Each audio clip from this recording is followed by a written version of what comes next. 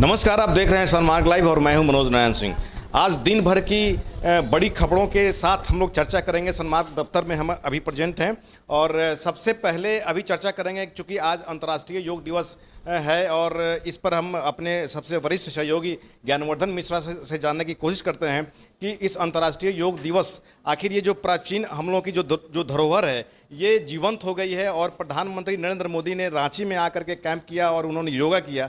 इस पर जानने की हम लोग कोशिश करते हैं। सर, प्रधानमंत्री जो रांची में आए, देखिए, योग हमारे जीवन की सबसे पुरानी पद्धति है, जीवन के जीने की पद्धति है ये। और प्रधानमंत्री श्री नरेंद्र मोदी जी ने इसे पूरे विश्व में जिस तरीके से प्रतिष्ठित किया, आज पूरा विश्व योग दिवस मना रहा है, अंतर्राष्ट्रीय योग दिवस। आपको जानकर आश्चर्य होगा कि प्रधानमंत्री जी कल रात 9:30 बजे दिल्ली से चले झारखंड को, 10:40 में रांची आए, रांची से सीधे एयरपोर्ट से राजभवन पहुँचे और अगले दिन सुबह राजभवन से सीधे योग दिवस के आयोजन स्थल पर और वहाँ से सीधे प्लेन पकड़ दिल्ली। अर्थात उन्होंने अनाज का एक दाना ग्रहण नहीं किया, सिर्फ जल ग्रहण किया। इससे बढ़ के एक लोकप्रिय प्रधानमंत्री के लिए और क्या बात हो सकती है। पूरा देश इसीलिए कायल है और यही कारण है कि योग दिवस की महत्ता दिन पर दिन बढ़ती जा रही है। लेकिन अपने यहाँ देखिए तो नीतीश कुमार कहीं योग जो योगशाला जहाँ जहाँ भी लगा हुआ था कहीं भी शामिल नहीं हुए, कहीं निकले ही नहीं। कहीं ये प्रेशर पॉलिटिक्स तो नहीं? मुख्यमंत्री नीतीश कुमार जी के कैबिनेट के कई मंत्री योग कार्यक्रम में शामिल हुए, कई स्थानों पर शामिल हुए और माननीय मुख्यमंत्री जी अपने बंगला में योगासन करते हैं, नियमित रूप से करते हैं। उनके स्वास्थ्य का एक राज यह भी है। तो योग का सार्वजनिक प्रदर्शन करना कोई ज़रूरी नहीं है और उनकी अपनी व्यक्तिगत मान्यता रहती है, वो घर पर करते हैं। तो योग को सार्वजनिक करना कोई ज़रूरी नहीं है, नीतीश कुमार अपने आवास पर करते हैं, ये हमारे वरिष्ठ योगी का दावा है, कहना है।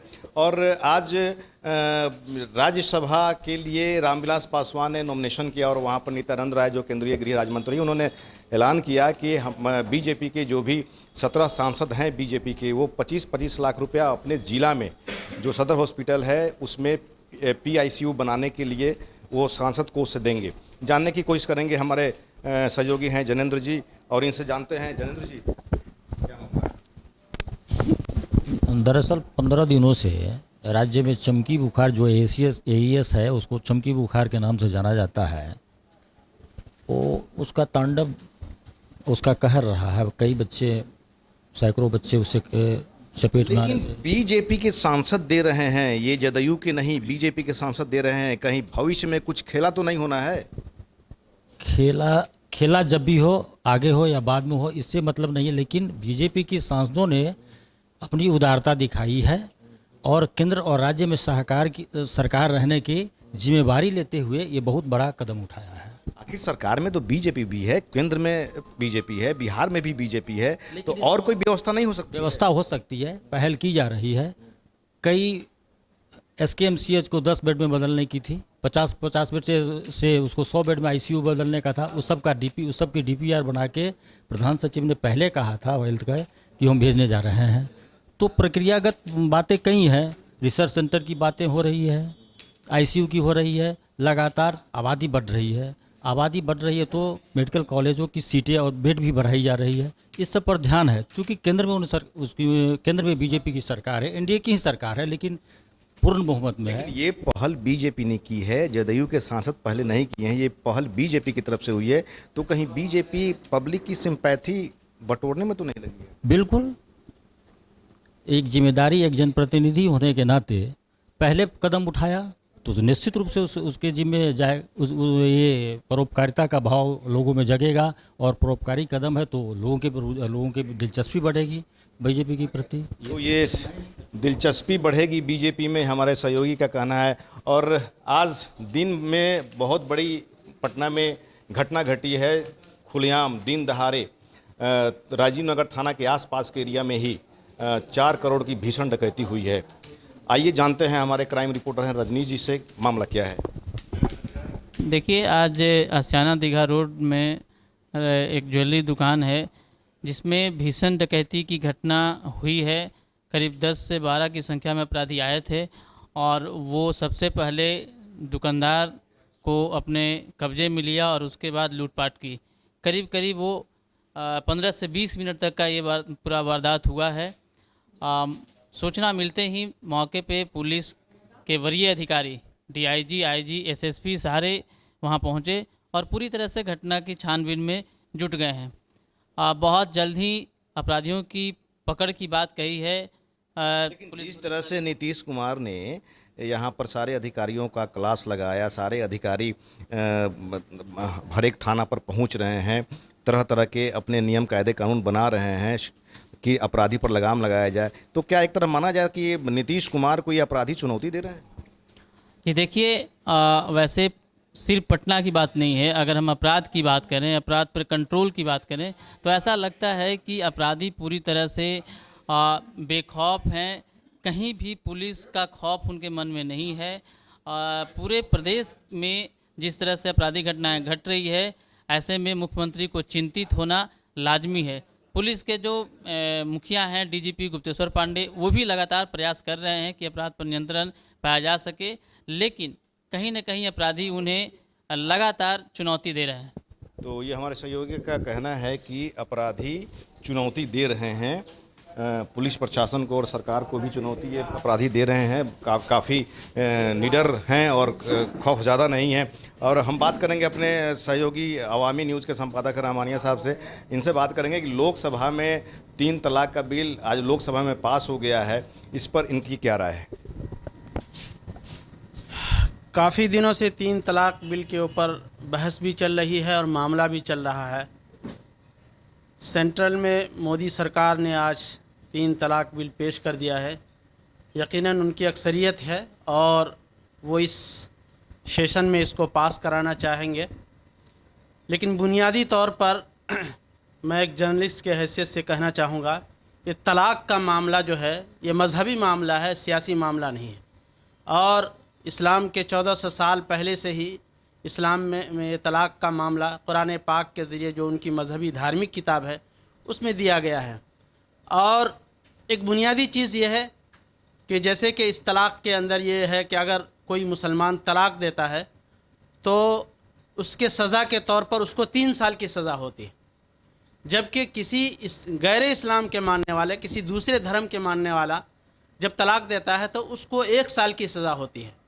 तो हमारा दस्तूर, हमारा आइन जो है, जो हमको जो हक़ देता है, उसमें आर्टिकल 15 और 14 ऐसी चीज़ है कि उसमें इसकी वजह से जब इस सज़ा को अगर डिवाइड करते हैं तो इससे आर्टिकल 15 और 14 की मुखालफत होती है। तो मैं यही कहूँगा कि तलाक का मामला सियासी मामला ना बनाया जाए, वो धार्मिक मामला है, मजहबी मामला है। उसके विद्वान जो हैं वो उसको 3 तलाक अगर लागू होता है तो धार्मिक समाज में जो मुस्लिम समाज है उसमें समरसता आएगी कि नहीं आएगी? नहीं, ये 3 तलाक का मामला चूँकि धार्मिक है, ये पहले ही से मामला चल रहा है और जो लोग इसको फॉलो करते हैं, मानते हैं, अगर कोर्ट फैसला भी कर देती है तो वो अपने मजहबी तौर पर जो चीज़ें हैं उनके कुरान में, वो कुरान से हट करके, अपनी धार्मिक चीज़ से हट करके वो उसको अमल नहीं कर सकते। ये 3 तलाक पर उसको थोपा जाएगा और उसको ये यूँ समझिए कि इसको सियासी बनाया जा रहा है। सरकार को चाहिए कि तलाक के मामले, जो धार्मिक मामले होते हैं, चाहे किसी भी धर्म से ताल्लुक़ रखते हैं, वो उनके विद्वानों को और उनके जो जानने वाले हैं उनके सुपुर्द किया जाए। वो जो फैसला करे वो फैसला सब लोग मानते हैं और वो दिल से मानते हैं। ज़बरदस्ती लाठी के ज़ोर पर आप शरीयत को या धार्मिक चीज़ को या शरीयत एक्ट को नहीं मनवा सकते हैं। तो रहमानिया साहब का ये साफ तौर पे कहना है कि ये सियासी, इस मुद्दा को सियासी नहीं बनाया जाए और ये धार्मिक मामला है और धार्मिक मुद्दे ही रहना चाहिए तो ज़्यादा बेहतर है। आज की बड़ी खबर में खबर ये भी है कि तेज प्रताप रांची पहुँचे हैं लालू यादव से मिलने के लिए। तेजस्वी भी सीन से गायब हैं। तेजस्वी यादव पर जो भी दूसरी पार्टी के लोग हैं वो लगातार आरोप लगा रहे हैं कि तेजस्वी यादव कहाँ गायब हो गए हैं, उनका कोई अता पता नहीं है। तेज प्रताप यादव लालू यादव से मिलने गए हैं। आखिर सियासत कहाँ से हो रहा है, क्या इसका मामला है, जानने की कोशिश करते हैं हमारे सहयोगी आशुतोष जी से। आशुतोष जी, तेज प्रताप आज रांची पहुँच गए, लालू इसे कल मिलेंगे, तेजस्वी जी सीन से गायब हैं। हाँ, चलिए, ये तो पारिवारिक मामला है। तेज प्रताप, उनके पिताजी लालू प्रसाद जेल में बंद हैं तो मिल सकते हैं, कोई बड़ी बात नहीं है। यहाँ पर बड़ी बात यह है कि तेजस्वी पिछले कई दिनों से गायब थे, वो सुर्खियों में नहीं आ रहे थे, पटना में नहीं थे, तरह तरह की बातें हो रही थी कि कहाँ चले गए। तो ये कमज़ोर विपक्ष को दिखाता है। जिस तरह से बिहार में अभी चमकी बुखार का मामला था, लू पीड़ित लोगों का मामला था, तो इन सब मामलों को विपक्ष को अभी उठाना चाहिए था। और विपक्ष में जो अभी सबसे बड़ा दल है वो राजद है, और राजद के जो सबसे बड़े नेता हैं तेजस्वी प्रसाद यादव वहीं गायब थे। तो ये विपक्ष की कहीं मांझी जी का भी कहना है, कांग्रेस का भी कहना है कि तेजस्वी यादव अभी पूरा मैच्योर्ड नहीं है। देखिए, कांग्रेस की तो बात नहीं कहेंगे, लेकिन आप जो विपक्ष में रालोसपा है या मांझी जी की पार्टी हम है, तो ये दोनों अभी किंग कर्तव्य विमूढ़ की स्थिति में हैं। अब जिस तरह से पहले बयान आया था उपेंद्र कुशवाहा का योग के संबंध में, हालांकि योग सबके लिए है, लेकिन जिस तरह से उन्होंने बयान दिया था तो इसकी भी चर्चाएं हो रही थी कि फिर से उनका मन बदल गया है और वो एनडीए में जा सकते हैं। मांझी जी को भी इससे आप अलग नहीं कर सकते हैं। तो इन लोग तो जानबूझकर, हो सकता है कि बिहार में जो मसला भी है चमकी बुखार का या फिर लू का था, इस पर खुलकर वो नहीं बोले, इसलिए कि कहीं ना कहीं इन लोगों की संभावनाएं अभी भी एनडीए में दिखती है। लेकिन बात है राजद और कांग्रेस की, तो इन दोनों को, ये दोनों पार्टियों को कम से कम बिहार में जो अभी मसला था, इन दोनों को जोरदार तरीके से उठाना चाहिए था। विपक्ष का काम होता है कि सरकार में जो कमियां हैं उसको लेकर सरकार को घेरे। आपको क्या लगता है कि भविष्य में आरजेडी का कमान तेज प्रताप के हाथ में आने वाला है क्या? देखिए, हमें तो ऐसा लगता है कि तेज प्रताप को ऐसा नहीं है, इतनी जल्दी कोई निर्णय नहीं लिया जाएगा। तेजस्वी ने पिछले कुछ दिनों से, या फिर कहें कि जो पिछला जो सेशन चल रहा था विधानसभा का, तो उसमें बहुत अच्छा काम किया था। वो उन्होंने विपक्ष के नेता के रूप में, प्रतिपक्ष के नेता के रूप में वो सरकार को भी घेरने का काम किया था। और जिस तरह से लोकप्रियता उनको बढ़ी है, मतलब उनके जो वोटर हैं उनके बीच ही सही, लेकिन लोकप्रियता उनकी बढ़ी है। और तेज प्रताप पिछले कई महीनों से आप देख रहे हैं कि तरह तरह के बयानबाजी करते हैं, और लोकसभा चुनाव था उसमें भी उन्होंने अपने कुछ उम्मीदवार उतार कर जिस तरह से पार्टी को नुकसान पहुंचाया। तो इन सब को लेकर हमें नहीं लगता है कि तेज प्रताप को राजद की कमान दी जाएगी। तो हमारे तमाम सहयोगी ने अपने अपने राय रखे कि भिन्न भिन्न मुद्दों पर क्या क्या इन लोगों की राय है। और जहाँ तक ट्रिपल तलाक की बात है, वहाँ पर रहमानिया साहब ने साफ तौर पे कहा है कि ये इसकी सियासत नहीं होनी चाहिए, सियासी मुद्दा नहीं बनना चाहिए, ये धार्मिक मामला है और धार्मिक तौर पे ही इसका निष्पादन होना चाहिए। सहयोगी अजय के साथ मनोज नारायण सिंह, सनमार्ग लाइव, पटना।